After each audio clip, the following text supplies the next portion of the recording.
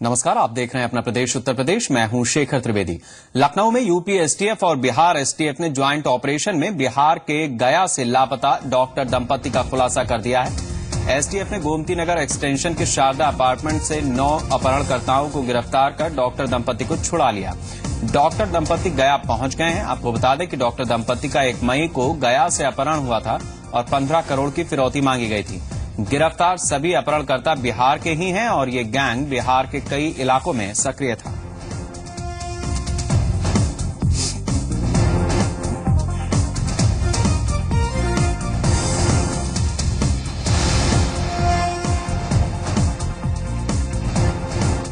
है डॉक्टर दंपति आज सेफली पहुंच गए हैं गया पहुंच गए हैं।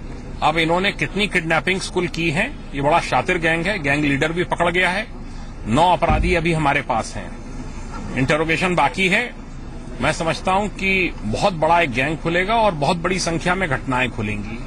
तो एक अच्छा काम एसटीएफ ने, लखनऊ पुलिस ने और गया के एडिशनल एसपी भी आए हुए हैं, वो भी थे हमारे साथ में ही, वो भी इसमें लगे हैं।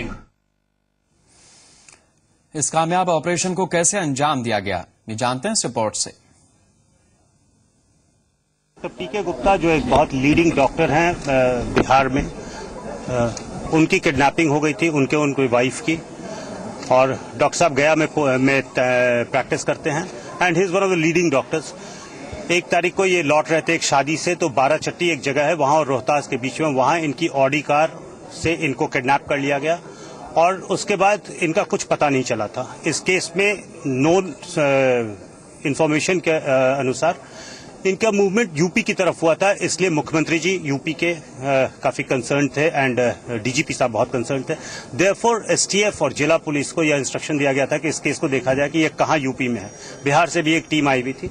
इसको जब हम वर्कआउट कर रहे थे तो हमें टेलीफोन इंटरसेप्शन एंड जो हमारे सोर्सेज है इससे क्लियरली पता चला कि इनकी लोकेशन लखनऊ की तरफ है। हम परसों से इसमें लगे हुए थे डेवलप करने में। कल रात तक वी कुड आइडेंटिफाई कि यह जगह जो है यह गोमती नगर में इस एरिया में है। लेट लास्ट नाइट हमें यह अंदेशा हो गया था कि यह इस अपार्टमेंट इसी अपार्टमेंट में शारदा में, बट हमें यह नहीं मालूम था कहां पर है।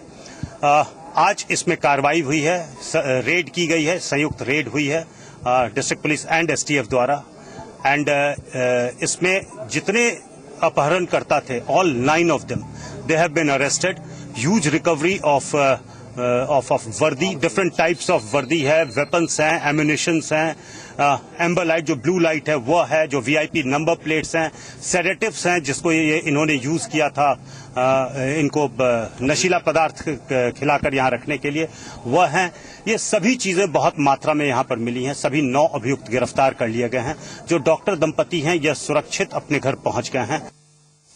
अपहरण के इस मामले में 9 लोगों को गिरफ्तार किया गया। गिरोह के सरगना अजय सिंह के अलावा अमित, राहुल, श्रवण, विजय, सुनील, अनिल और दूसरे अमित को गिरफ्तार किया गया है। खास बात यह है कि मुख्य आरोपी अजय सिंह 1999 में चतरा सीट से समता पार्टी के टिकट पर लोकसभा का चुनाव लड़ चुका है। इतना ही नहीं, अजय सिंह के पिता एसपी रह चुके हैं। गिरफ्तार अपहरणकर्ताओं के पास से बिहार, झारखंड और यूपी पुलिस के कमांडो की नेम प्लेट लगी वर्दी भी बरामद की गई। साथ ही लाल नीली बत्तियां बरामद की गईं। इसके साथ ही गाड़ियों की नंबर प्लेट भी मिली हैं। अवनीश विद्यार्थी हमारे संवाददाता इस समय हमारे साथ जुड़े हुए हैं लखनऊ से। अवनीश, पुलिस अपनी पीठ थपथपा रही है, ठीक है, थपथपा भी ले, लेकिन लखनऊ शहर में आतंकवादी वो खुलेआम घूम के बल्कि वारदात करके और निकल जाते हैं। फिर पता चलता है कि जब ये आतंकवादी थे। इसी तरीके से किडनैपर्स यहां पर इतने दिन से बैठे हुए हैं और पुलिस ने उनको अब जाकर के पकड़ा है और कहा यह भी जा रहा है कि इसमें फिरौती दे दी गई है। इसको कितनी तरह से देखें और क्या क्या इसके अलावा अब तक जानकारियां आई हैं?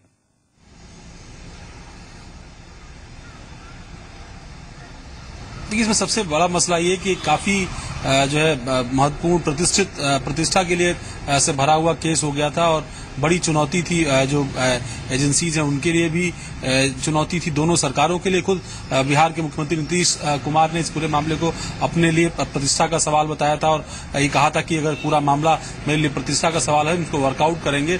और उसी आधार पर उत्तर प्रदेश सरकार से भी उन्होंने संपर्क किया जब बिहार की एजेंसी इस पूरे मामले में लगी और उनको ये इनपुट मिला कि उत्तर प्रदेश की तरफ अपहरणकर्ताओं का रुख है, उनके नंबर के लोकेशन उत्तर प्रदेश की तरफ आ रही है।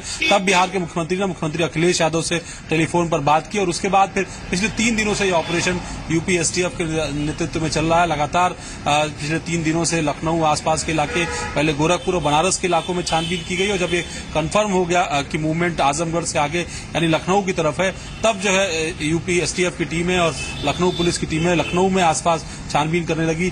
जो गोमती विस्तार का इलाका है, काफी पॉश इलाका है, बड़े बड़े अपार्टमेंट्स बने हुए हैं, वहां पर एक मुश्किल यूपी एसटीएफ के सामने परसों से आ रही थी कि लोकेशन कौन सी होगी, अपार्टमेंट की मूवमेंट और कुछ नंबर्स, करीब 2 दर्जन के आसपास नंबर जो है सर्विलांस पर रखे गए थे। ट्रैक करने पर बहुत सारी चीजें क्लियर हो रही थी, लेकिन मूवमेंट क्लियर नहीं हो पा रही थी, फ्लैट क्लियर नहीं हो पा रहा था और इसीलिए ऑपरेशन को कल की बजाय आज अंजाम दिया गया। कल देर रात तक काफी कुछ जानकारी यूपी एसटीएफ के पास आ गई थी, लेकिन आज सुबह इस ऑपरेशन को अंजाम दिया गया और सभी के सभी जो अपहरणकर्ता थे 9, उन सबकी गिरफ्तारी की गई, उनके सरगना की गिरफ्तारी की गई। और ये बात आप बिल्कुल ठीक कह रहे हैं कि इस पूरे मामले में एक इंडस्ट्री जो पूरे ऑर्गेनाइज क्राइम के गिरोह के तरफ पे काम करती है, जो पहले उत्तर प्रदेश में पिछले 1-1.5 दशकों तक देखा गया था, खासतौर पर पूर्वी उत्तर प्रदेश और पश्चिमी बिहार के इलाकों में। तो ये सारी दिक्कतें एक बार फिर सामने आ सकती है। जिस तरीके से गैंग का ऑपरेशन तक पूरा फिल्मी स्टाइल में, अगर आप दृश्य देखें उस फ्लैट का जो 9th फ्लोर पर बना हुआ था, उस फ्लैट में जिस तरीके से पुलिस की वर्दियां बिखरी हुई थी, नए जूते, नए असलहे, जो हथियार थे वो अवैध मौजूद थे, लाल नीली पीली बत्तियां उसके अंदर मौजूद थी। बिहार में पीली बत्तियां ज्यादा इस्तेमाल की जाती हैं, उत्तर प्रदेश में नीली और लाल बत्तियों का ज्यादा क्रेज है, तो इस तरह की बत्तियां भी मौजूद थी। महंगी गाड़ियां, ऑडी, फॉर्चूनर, एक्सयूवी, तमाम सारी गाड़ियां जो है वो बरामद की है यूपी एसटीएफ की टीम ने। इसके अलावा नंबर्स जो है वो दिल्ली के नंबर, उत्तराखंड के नंबर, उत्तर प्रदेश बिहार के वीवीआईपी नंबर जो है उनकी सैकड़ों की तादाद में जो है नंबर प्लेट जिनका इस्तेमाल गिरोह करता था। और ये माना जा रहा है कि पिछली करीब दर्जन भर बड़ी अपहरण की वारदातों में पश्चिमी बिहार और आसपास के इलाकों में ये गैंग शामिल रहा और इसने जो है शेल्टर अपना जो है इस पूरे मामले में लखनऊ बनाया। लखनऊ से भी इन्होंने 1-2 मामलों को ऑपरेट किया है, जिसकी इन्वेस्टिगेशन अभी यूपी एसटीएफ की टीम कर रही है। अवनीश, ये भी आपसे जानना चाहेंगे कि जब शाम को पुलिस ने कहा, एसटीएफ ने कहा कि हम अभी इंटरोगेशन कर रहे हैं, उनको पकड़ लिया है, समय निकल चुका है, काफी कुछ जानकारियां आई हैं, किस तरीके से पूछताछ हो रही है, क्या सवाल हैं, क्या जवाब आ रहे हैं?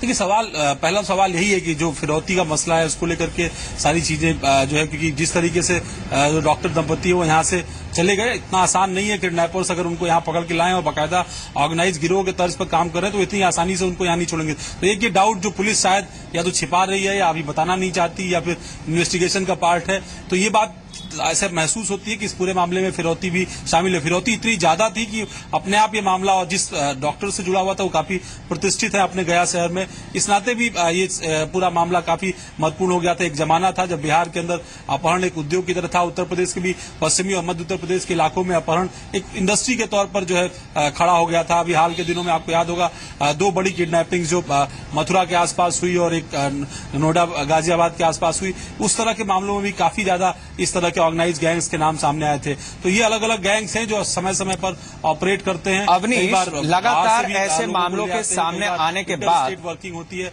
अभी फिलहाल जो एक चीज सबसे बड़ी होती है वो ये कि ऐसे अपराधियों पर किसी न किसी तरह का राजनीतिक संरक्षण जरूर होता है। बिहार में किस तरीके का है उसके बहुत सारे किस्से हैं। अब यूपी में, और यूपी में भी लखनऊ में, और लखनऊ में भी गोमती नगर में, ये ऐसी चीज है कि मतलब आप सोचिए तो किसी के लिए भी ये इतना आसान नहीं है कि जिस तरीके से ये पूरे काम को अंजाम दे रहे थे।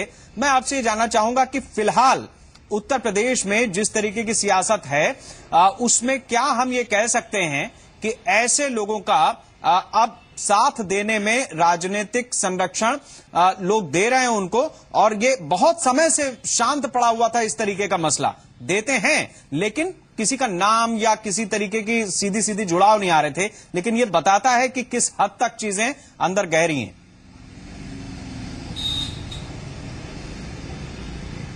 देखिए, इस मामले में अब तक कोई इस तरह का कनेक्शन तो नहीं सामने आया, लेकिन बहुत सीधी सी बात है, आप अगर उसमें जो उस गिरोह का सरगना है उसका पॉलिटिकल कनेक्शन रहा है, उसके पिता जो है पुलिस अधीक्षक के पद पर तैनात रहे हैं, तो एक अच्छा प्रोफाइल रहा है। उस बावजूद उसके अगर इस तरह के कामों में अगर कोई आता है तो इसका मतलब है कि कमाई का जरिया एक तरीके से कहें तमाम सारे बेरोजगार युवक हैं पश्चिमी उत्तर प्रदेश में भी, पूर्वी उत्तर प्रदेश में भी और पश्चिमी बिहार के इन इलाकों में भी काफी पिछड़ा हुआ पूरा इलाका है। अगर आप देखें तो कई तरीके के जो ग्रुप्स हैं, न सिर्फ इस तरह के लोकल ग्रुप जो वहां पर अपहरण और इस तरह की चीजें अंजाम दे रहे हैं। अगर पूर्वी उत्तर प्रदेश को देख लें तो अंडरवर्ल्ड से ही बहुत सारे बड़े बड़े गैंग, चाहे जो है हेमंत पुजारी गैंग हो, छोटा राजन गैंग हो, तमाम सारे जो गैंग है अंडरवर्ल्ड, यानी राजनीतिक संरक्षण इस तरह के लोगों को मिलता रहा। बहुत शुक्रिया इन तमाम जानकारियों के लिए अवनीश। वो उत्तर प्रदेश से गए शूटर से यहाँ से। बस 2 मिनट में तैयार होने वाली मैगी आपके बच्चों की सेहत के लिए खतरनाक साबित हो सकती है। खाद्य संरक्षण एवं औषधि प्रशासन यानी FSDA ने हाल ही में बाराबंकी के एक मल्टी स्टोर से मैगी के नमूने लिए।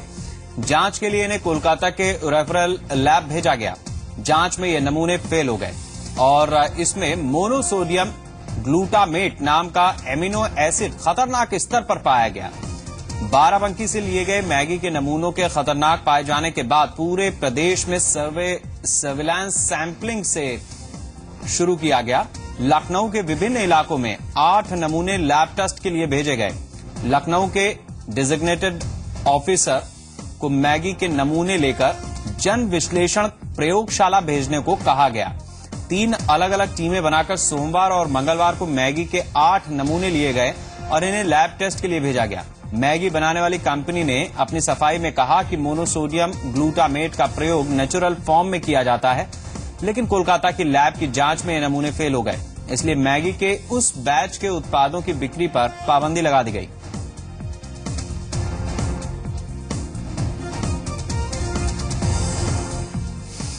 वहीं मैगी के अलावा कई और खाद्य पदार्थों के सैंपल भी जांच में फेल हो गए। खाद्य विभाग की रिपोर्ट में 8 सैंपल फेल पाए गए। ये नमूने जांच के लिए कोलकाता भेजे गए थे, जिन्हें स्वीट्स के वनस्पति घी में मिलावट है। जॉन हीन का टोमेटो सॉस का सैंपल फेल हो गया। इसके साथ ही नंदी किराना की किशमिश खराब पाई गई। आशीर्वाद कंपनी के मिल्क केक और सचदेवा स्टोर की मूंगफली के सैंपल फेल हो गए।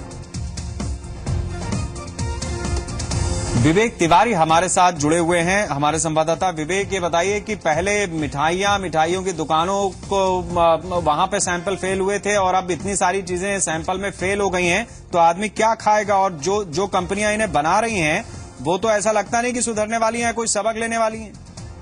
जी बिल्कुल, न केवल ये इनमें सुधार की कोई तस्वीर नहीं दिख रही है, बल्कि ये भी है कि ये बिल्कुल बेअंदाज हो गई है। खासतौर से बड़े ब्रांड जैसे मैगी जैसे ब्रांड में इस तरह की कमियां पाई गई हैं।